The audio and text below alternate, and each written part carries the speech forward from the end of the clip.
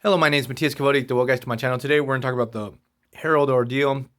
It's a 6-part story that takes place in Silver Surfer issues 70 to 75. You know, it says 1 of 6 and it's 5 issues. That doesn't make sense. Something happened there. But that aside, it's written by Ron Marz. And it's a real fun 90s story where we have Galactus that he gets a new herald, and this herald is evil as fuck. He's pretty ruthless, and this puts into motion that Silver Surfer goes out and finds out all the old heralds take down this new one called Morg and knocks some sense into Galactus. So what led to Galactus wanting to change his herald? During this time, his main herald, only because he has only one at a time, sorry, is Nova, and she's finding planets that do not have intelligent life on, and this is sort of like rubbing Galactus the wrong way. It's like these planets are not giving him the nutrients that he needs, and so he's really grumpy. It's like he's been obligated to put himself into a vegan diet or something like that. I just sort of imagine that I was like one time forced into one of those type of diets. It really sucked, and at least it wasn't my cup of tea. It's not. It's just not for everyone, and I was just miserable, and I had a real bad mood all the time.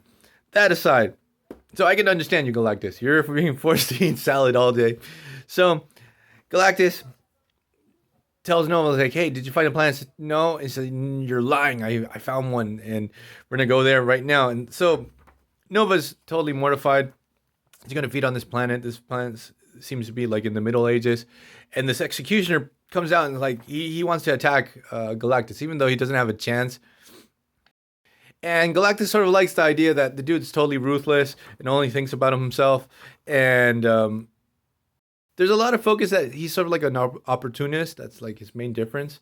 Because the dude, we get a new Herald with an axe. So it's like Terrax 2.0, but he's meaner and more 90s. So Galactus feeds off this planet. He likes this executioner. He makes him into the new Herald. And here's when we get one of these best moments in the history of comics. So Galactus banishes Nova. Says, "I don't want you anymore. Keep your powers. Just go. Leave me alone." Silver Surfer arrives to visit Nova, their friends. Really, I don't remember if they were ever romantically involved and they were a thing or not. But Silver Surfer arrives, and Galactus sends Morg. He's like, "Get this guy out of here." He wants to take Morg for a test run. And so they battle it out. Morg is more, even though he's not as experienced as Silver Surfer with the power, cosmic power. You know, I never understood why Marvel started to flip that term over all of a sudden.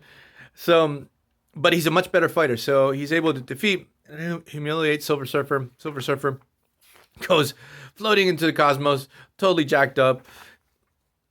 So Silver Surfer realizes this guy is going to be a liability to the universe. Like, he's too ruthless, he's too dangerous, and so he sets out to find the other heralds. First one he finds is Firelord. You know, every time I see Firelord, I remember the time he got his butt kicked by Spider-Man way back when he had the symbiote costume. So Silver Surfer and Firelord say, "We gotta find Nova. We gotta build this team up." And the real weird thing is they immediately go to this planet that's it seems to have, it's full of stripper joints and prostitutes. I have no idea why they went to this planet in the first place. Here they get confronted by this is actually a really funny subplot. This discount bin abomination that wants to make a name for himself, so he wants to take down the Silver Surfer. The Silver Surfer in the whole story, in the whole issue, just ignores the guy, and the guy just keeps on pestering him. So they find a strip joint. Again, I have no idea why they would look for Nova here in the first place. And Nova is working at the strip joint.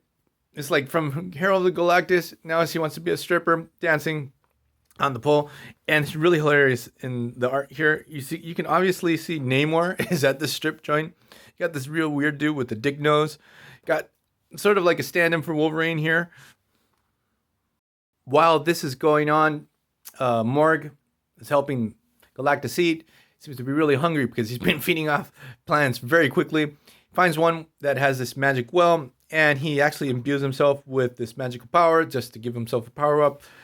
when he goes up to Galactus, Galactus is like, oh boy, you're more powerful now. It's like, I like your initiative, but give me a heads up when you try to do stuff like that. I have a bad history with Herald, so don't get any crazy ideas.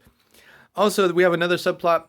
I'm not sure what happened to Nebula prior to this. Like, she was like catatonic and all messed up, and now here's where we get her with the cybernetic enhancements. More like the Nebula that we would have in the MCU. Obviously, this would take place way, way, way further down the line. Then the Heralds go find Airwalker, and this part's pretty hilarious. Airwalker is a robot, a cyborg, has the memories of Firelord's friends uploaded into him. And so they're talking about how awesome he was, and he was a great friend, so on and so forth. So sad he died. And they just had to fuse 2 cables and charge his batteries to bring him back to life. And I thought to myself, like, if they loved him so much, why didn't they bring him back in the first place and they buried him? So, obviously, Airwalker's reawakened. He's freaking pissed. Starts attacking his friends. Like that classic trope. Bring back someone from the dead and they're going to try to kill you. So, now we got Airwalker. Then they go find Terrax. That I love Terrax design. It's so freaking 80s.